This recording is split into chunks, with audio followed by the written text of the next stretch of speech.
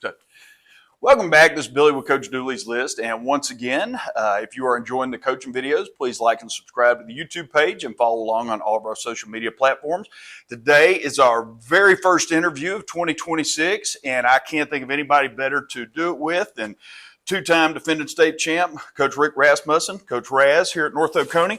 Coach, I appreciate you meeting with us. Yeah, thanks for having me on. It'll be fun.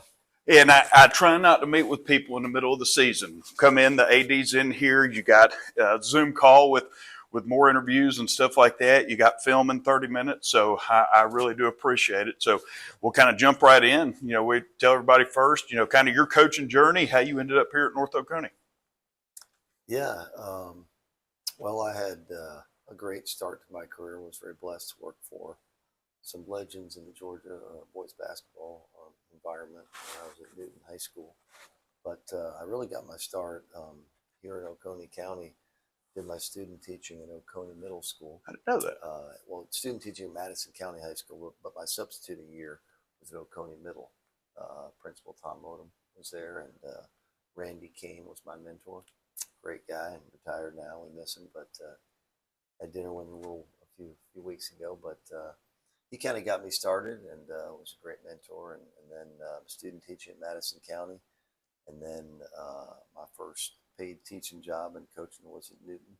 Okay. Newton County High School, the Rams, and ended up being an assistant there for 7 years, which was really great because I actually, got a lot of experience before I was a head coach. It was wise to be patient and learn.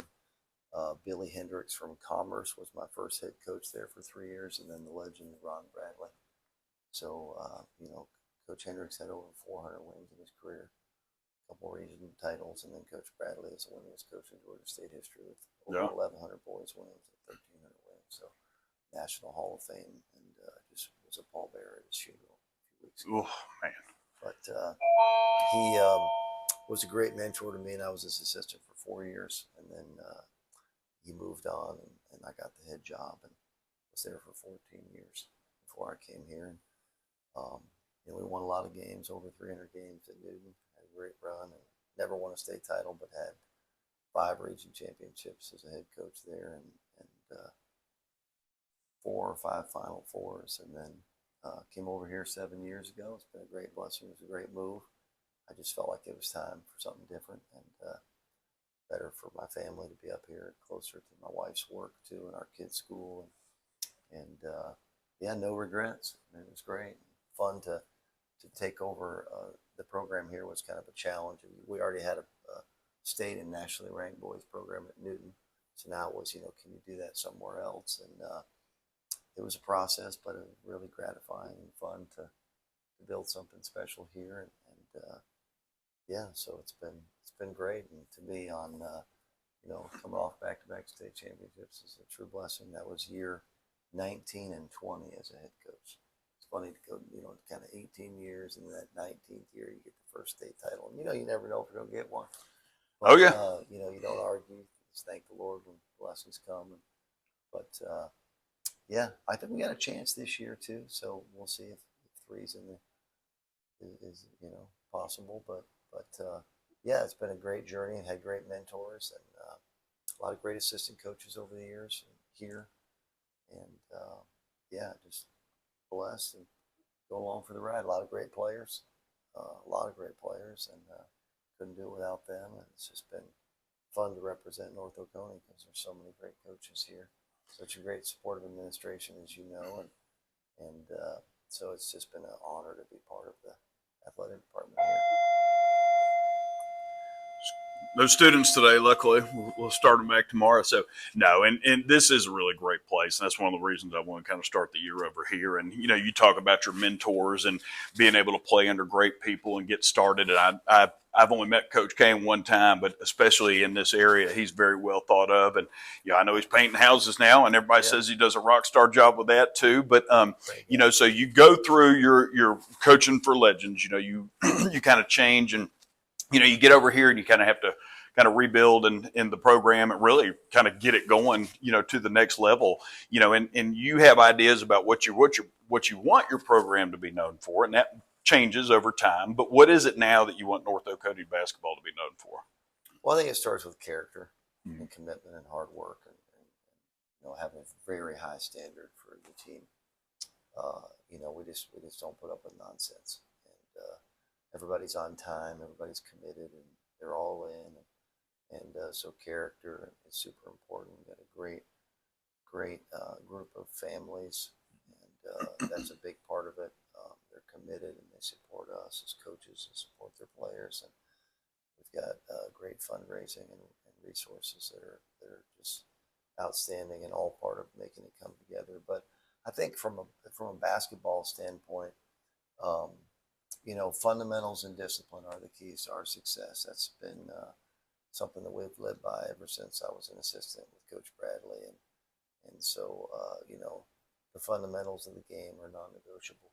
We've got to do the right thing and make great decisions, and then sharing the ball in basketball, especially, you've just got to be selfless. And part of that is being willing to play the role the coaches want you to play, but also sharing the ball and making the extra pass and doing what's best for the team. So I think selflessness and team chemistry, to go along with the fundamentals and the commitment level, those are all kind of key principles that without those things, it just doesn't work.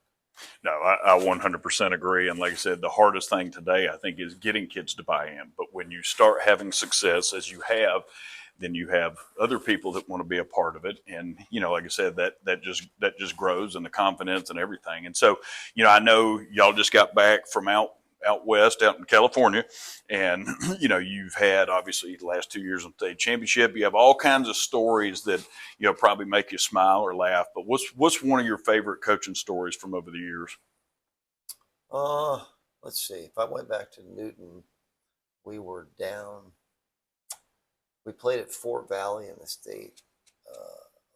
State Elite Eight game.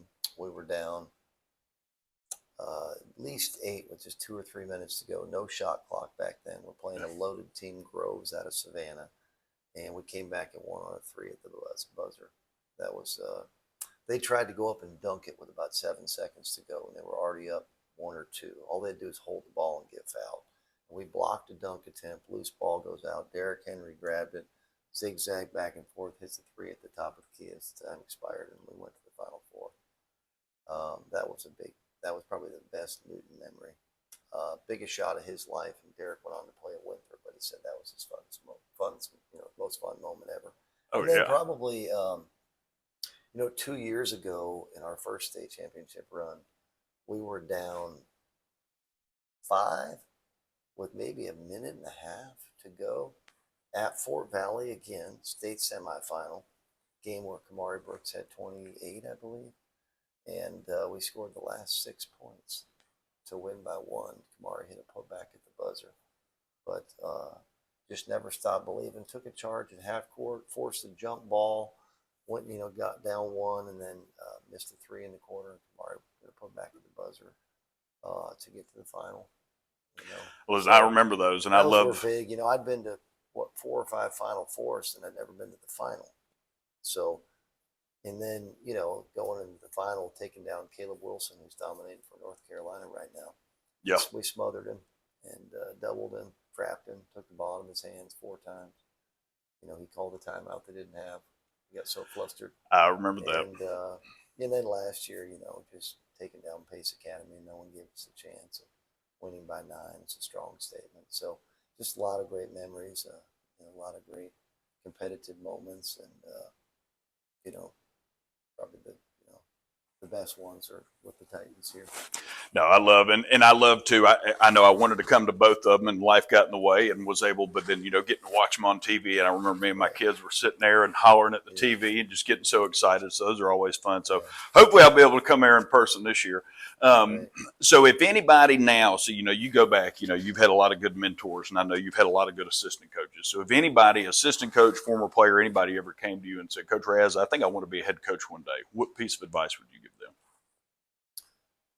Well, I think it starts with the fundamentals, and so I think your practices have to be geared to value the little things. Mm-hmm. And so I think we spend probably the first 20 to 30 minutes on drills that are just fundamentals drills. And I think that's big. And then I would say that although there's things you can steal and borrow from other coaches, at the end of the day, I think you got to be yourself. So, hopefully that young person would have great character and can be a leader of young men. I don't think we really don't ask our players to do anything we wouldn't do ourselves. Right. So I think you've got to be a leader there. And I think another thing that's probably crucial too is you don't want to overdo it, having a bunch of rules. I think John Wooden had 3 basic rules. Let's see, be on time for everything, no profanity, and never criticize a teammate. Those are really his 3 rules. It pretty much covers it. I think not overdoing it with things that can be flipped around and turned against you with rules. So I think you got to be careful with that. I mean, you have standards, I think. Yes. Non-negotiable standards, but I'd be careful with team rules that are on paper. And I think the off season is very important.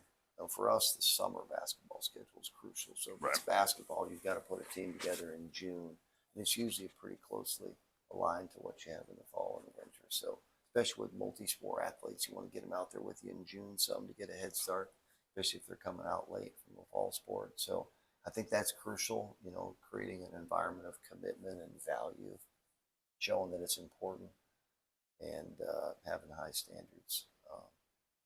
And then at the end of the day, as a head coach, you got to keep your integrity. So you've got to have standards that are non-negotiable with player performance or discipline and those kind of things. So you've got to you just can't put up with things that are detrimental to the team. Yes. So I think that's and it's a tough balance because you got to have standards, but you want it to be fun. And so I think your standards need to promote an environment that's fun to be successful. And we tell them that winning isn't everything, but it sure is a lot more fun. So typically, if you're doing something that's important and you're having success, it's important enough for kids to stay out of trouble and do the right thing because you don't want to screw it up. Yep. So I feel like that's important, is to make it a fun environment that's successful and give them a reason to do the right thing and care about the team first because this is fun.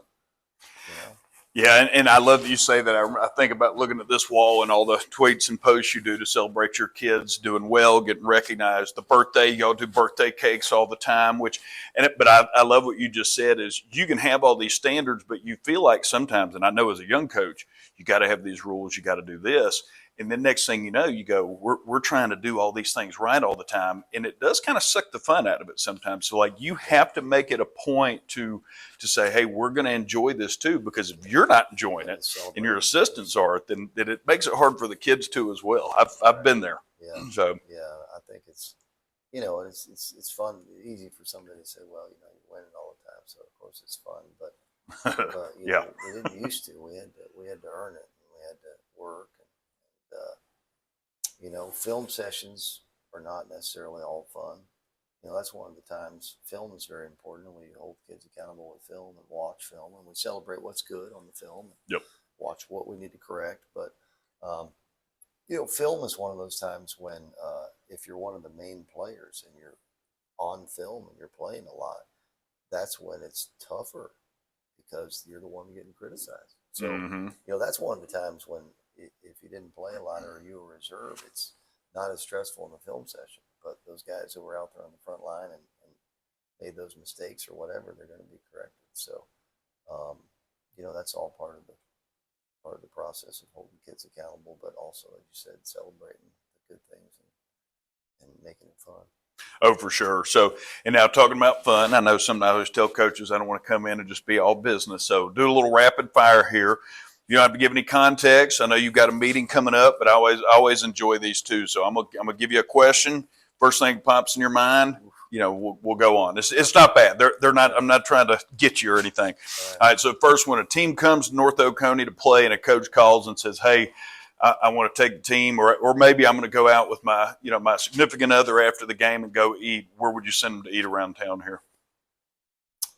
Well, in Watkinsville, I like Chops and Hops. Yep. Nice steakhouse. Or maybe I'd send them somewhere on Epps Bridge. but Cheddar's maybe. There's a lot of good places over here. All right. So if you have a pregame hype song, either from now or when you were younger, if you needed something to get you going, what would you listen to? Let's see. Well, I'm a Bryan Adams fan. There you go. So I like Summer of '69. It's one of my favorites. It's not really a pregame basketball song, though. But That's all right. Play the old Michael Jordan Chicago Bulls "Serious" song in the background for our starting lineup. Yeah. Even though that's from the '90s, I still love that. We still use that song. And then we run out to the Red Kingdom song. Oh yeah. I love that. Yeah, I love that, and I know the kids do. But we've got a Titan version. But yeah, those are all good choices. I love it. Who's the best coach you've ever coached against, or maybe not either the best coach you've ever coached against, or just somebody you enjoy competing against? Let's see. I'm trying to think if I ever went up against Coach Bradley. I mean, he's the best ever in my opinion. David Boyd comes to mind. We had some great battles with David Boyd. Coach Bradley and I went against him. He passed away about a year ago as well, but he had multiple state championships through 3 different schools. Oh, he was always loaded. He was at Berkmar when I was at Collins Hill, and so, crazy guy, but yeah, probably one of those 2. Yep. All right. What's your pregame ritual now? Personal pregame ritual. I stay busy, so I just continue to be doing things. I'm always triple checking stuff and perfectionist in that regard, making sure the uniforms are set up in the locker room. We don't have a bunch of separate managers. We as coaches do it all. Kind of make sure it's done right. So we don't have a bunch of student managers. So checking things, just making sure it's ready to go. Maybe make sure my wife made it. She's awesome and does the scorebook.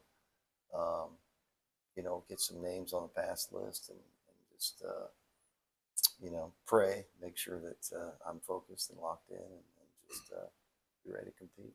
It's a long day for people. Don't realize how long your day is with basketball because you got the JV and then the girls and then all the things. Full load of academic classes all day long. So. Oh yeah, especially too. No offense to the gym teachers, but you're in here teaching English. So who is the best player you've ever coached against? And I know you've seen some good ones, especially with who you just mentioned. Well, let's see. When I was at Newton, we took down Zion Williamson, #1 pick in the draft. Dude, pretty good. Yeah, we did full court man and then doubled and tripled him when he went inside and exhausted him by the end of the game. Once he was settling for threes late, we knew he was in trouble. We actually held him scoreless for 13 minutes in the second half. We beat him at he played at Spartanburg Day, but we beat him in Spartanburg at Dorman High School. And the championship event was sold out, like 3,000-4,000 people. Oh, I'm sure. And then we played him later that year at Peachtree Ridge in the Blue Collar Basketball ML King Showcase. So we already knew what to do by that point. We planned, so we won by we won 96 to 74, I think it was. So we rolled him up twice. And then Caleb Wilson 2 years ago. Oh yeah. Beating him in the state championship. He'll be a lottery pick for sure as well. So, but you just make him hate playing you. You just harass them full court and double them and trap them. So we call it putting them in a box. So if you got a player that you got to really get on, you put them in a box and make it really unfun. So Devin Vassell was in the NBA. We played him at Peachtree Ridge and Newton and beat him in the first round. It's another really good one. So, that's 3 that'll be in the NBA right there. Oh, yeah. Well, I love what you say, harass them, because you go back and talking about the games, and I love watching Kamari play on them. Really unfun. Yeah, when you got a guy that might be 6 inches taller, but if you stick to it and can know that, hey, you may give up some points, but if you can just be that flea and just keep getting at them, I love it. So, all right, who not at North Oconee, but who's a coach? Could be basketball, could be anybody. You think I should go and interview next? Or at least get on the schedule. Somebody could be entertaining, good words to speak of. Any sport. Not here. I'm already getting. I'm here today for a few. I'm get a lot of them. Could be here if that's one that comes to mind. That I definitely need to talk to. Let's see. Have you talked to Coach Thomas at Cedar Souls? I have not yet. I've He's actually the emailed with athletic him, and director, yes, and he and I go way back. And when I was at Duke, we had some great battles playing Cedar, sometimes in region, sometimes out. And he does a great job. And he's another one like me, where we don't have too many years left, but we're still doing it because we love it. And yeah, I'd say that he's a good one. Years ago, in fact, we coached the state all-star team together. I was the head coach, and I chose him as an assistant for me in the game, along with Taylor Jackson, who's on my staff now. It's a great coach. But yeah, he's a good one. We go way back. yeah, I'll definitely reach out to him. So last thing I always ask, part of doing the interviews is try to bring awareness to the Coach Dooley's Loose website, just kind of a place where coaches can go and find vendors that have only been referred by coaches. That's the only way I put them on. So who's just one vendor that you've worked with in the past that you really enjoy, that if a coach called, you'd be happy to recommend them to work with? We use two main companies for our gear. We use Shuma and Jody Tanner, and then we use BSN and Jody Tanner, and then Shuma is Colt Green. Yep. And I've been with Colt for a lot of years, and we do a mixture of Adidas things and Nike things, but we get our Adidas things from Colt. Get your shirts, anything you need. So yeah, I'd say with Shuma, I'd recommend Colt Green. And both of them are on the website and get shouted out a lot. Well, Coach, listen, I know you got more things to do, but I do appreciate you taking the time today, and good luck the rest of the year. Blessings. Happy New Year. Thank you, sir. You have a great 2026. You too, man. Thanks. That's it. Appreciate it, man.